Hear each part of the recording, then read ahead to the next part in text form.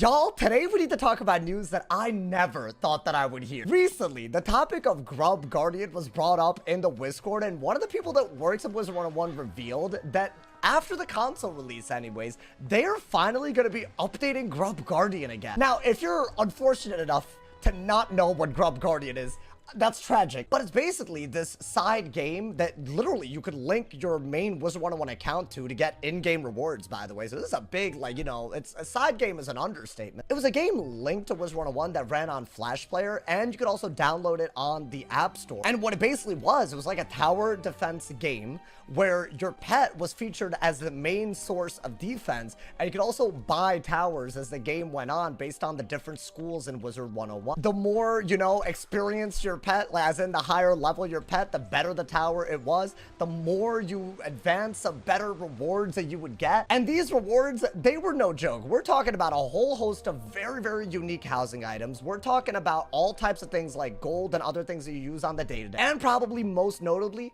we're talking energy elixirs. That is right. If you bought the right zones, you did have to spend crowns up front. But some of the zones in the old Grub Guardian used to literally reliably drop energy elixirs, which is a huge deal. Energy elixirs are notoriously hard to get literally for free without paying any crowns. One of the only examples of how you can get energy elixirs for free is some of the freer rewards from the Scroll of Fortune. You have to wait 90 days per energy elixir per wizard if you want to get any of these without paying crowns. Right, Grub Guardian was the main source of energy elixirs. It was a really, really big deal. But when Flash Player died in 2021, they gave out the announcement that they're no longer updating Grub Guardian at all. So this news now that not only are they going to be bringing it back into a modern engine, but they're also going to be adding new maps, this opens up the door for a whole lot of possibilities for the next version of Grub Guardian that they develop. And I have so many thoughts about this because I as someone who used to play Grub Guardian so regularly, I would love if the version that they bring back is just improved and better. So one, let's talk about why most people played Grub Guardian. I would argue it was for the elixir drop, but so much has changed since the energy elixir was like basically the most useful elixir of them all. Now we have like crafting benefit, double pet XP, gardening benefit elixirs. I would absolutely love to see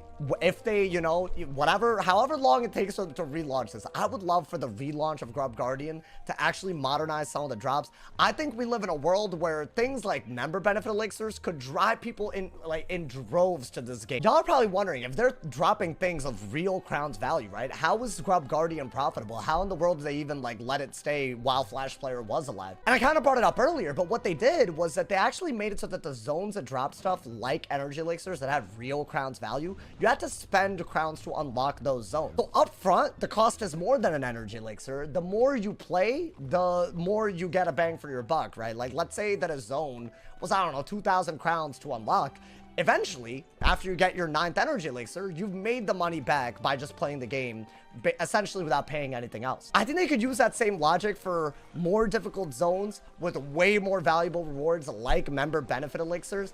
I think they could make it so that they could actually like make it profitable in the short term for them, and also players that are good at the game, or maybe they're like, you know, maybe they play it a lot. Maybe those players can get more money back essentially on their purchase, right? It could be a really symbiotic win-win thing, especially if they take the logic that they did with the energy elixir drops to the member benefits. I hope they seriously consider when they relaunch this, modernizing the drop table, adding a lot of the stuff that we've gotten added into the game since they stopped developing Grub Guardian. Another thing that I really, really want to see, I think it would address a problem that has been plaguing Wizard101 for years now. I'm sure this probably resonates with a lot of pet makers ever since a few, years ago, I guess. Ever since like the nullity raid came out, the best pet for every school, especially in PvP, has been pretty solidified. They've started to challenge that with the Selenopolis update and some of the, you know, really exclusive pet rewards. But that is the first alternative pet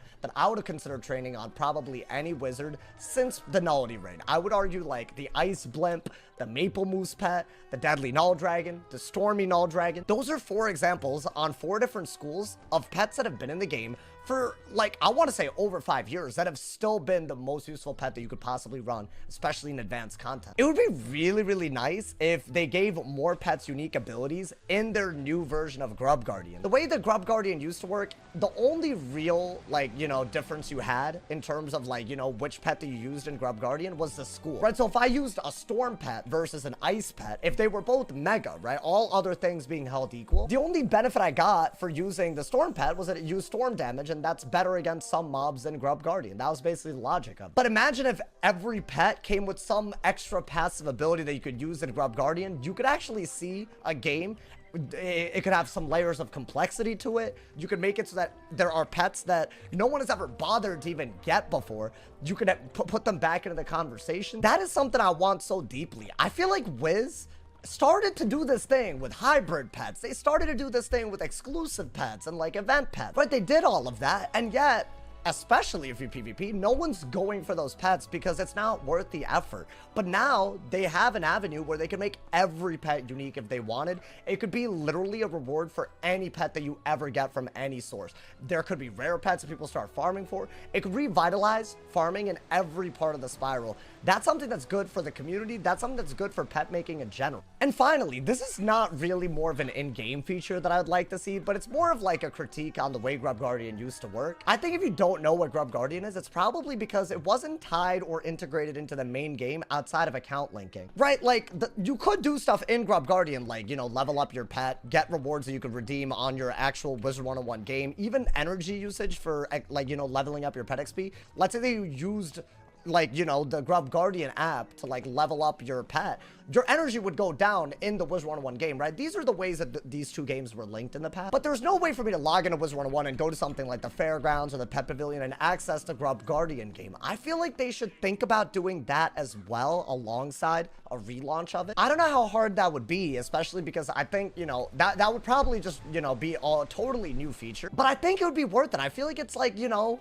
they've already put so much work into it. The game actually plays really, really well. It uses all of the areas like from Wizard101 already. So it's not like, I don't think it would be that much extra work, disproportionately way less. So I don't know, why not add Grub Guardian as a feature into Wizard101 as well? So we have an in-game way of getting really cool rewards like energy elixirs. Like, I feel like people would fly over the moon for that type of stuff. And that would also address the messaging issue where some people don't even know that Grub Guardian exists, right? Because it's not technically in Wizard101. That's something that I think they should, if they're gonna make it as successful as possible, they should think about that as well. But yeah, y'all, I know this issue is like actually really near and dear to a lot of people's hearts. So let me know what y'all think of Grub Guardian and its updates coming back. And also let me know what y'all think of my ideas on how they could update the drop tables, how they can make pets unique in Grub Guardian and tie it into Wiz, or how they could integrate it into Wiz. I feel those are all ways they could make this even better than before. Let me know what y'all think. Drop a like if you enjoyed. Leave a sub if you're new. And as always, if somebody hasn't told you you're awesome today, they doing something wrong. Stay awesome, y'all. See y'all soon. And yeah.